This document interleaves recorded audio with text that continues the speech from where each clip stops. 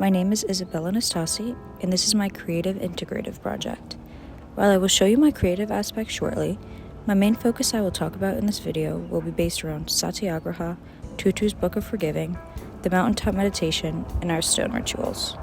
Satyagraha was one of the many topics that really stuck with me after this class. Our class discussions, reading the principles, and learning new perspectives of life have been very beneficial for my well-being.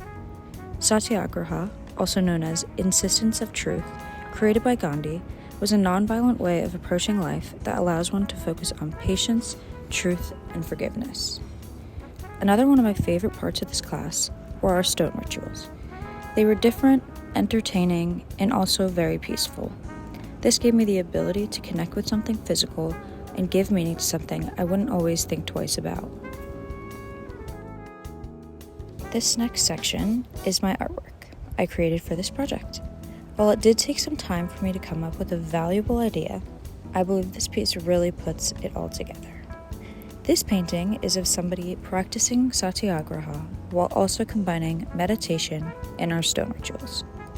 On your right, you will notice how the hand has a stone placed in it, representing forgiveness or truth. It is weighed down more than the opposing hand because not accepting or telling the truth, as well as not forgiving, will burden you.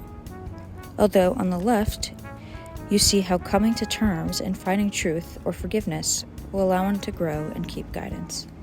Lastly, in the center, you'll see the symbol of Satyagraha, which I will go into detail with a little bit more in the next few minutes. As we all are supposed to know, Satyagraha was created by Gandhi. The term originated in Sanskrit. Satya meaning truth, while agraha means clinging or insistence. The symbol to the left is what I had put in the middle of my painting. This is because that was what was holding my meditator together. Since learning about Satyagraha, I find myself constantly going back and thinking of ways I can be a more peaceful or non-violent person.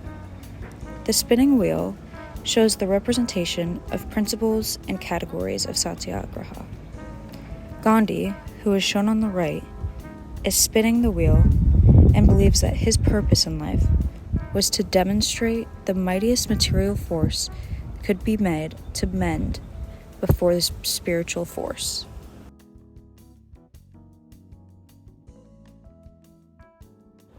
Our class had many great discussions throughout the semester, and I felt they've only gotten better through the year.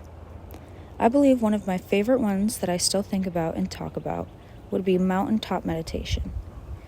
We listened to everybody engage in this topic specifically, and I learned a lot about different people's approaches and how they might think of King's metaphors or quotes.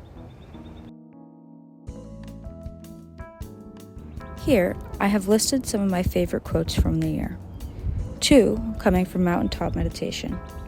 When we split into groups and discussed our thoughts or favorite quotes, I felt that was when most people participated.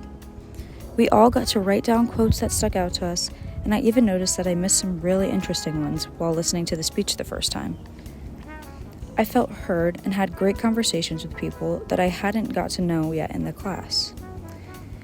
The large quote that you see on the left, "Nothing would be more tragic than to stop at this point," followed with the one on the right, "Fire that no water could put out, and we went upon the water hoses," were from mountaintop meditation, and really puts you into the shoes of somebody fighting during the civil rights movement.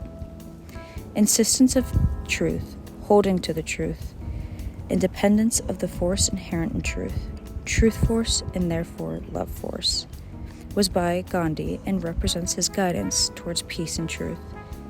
One of the last quotes I loved but didn't include was, "Only in the darkness can you see the stars." Overall, these quotes continue to remind me to not give up and that peace is always the answer. Thank you so much for listening and watching. I hope you enjoyed my art.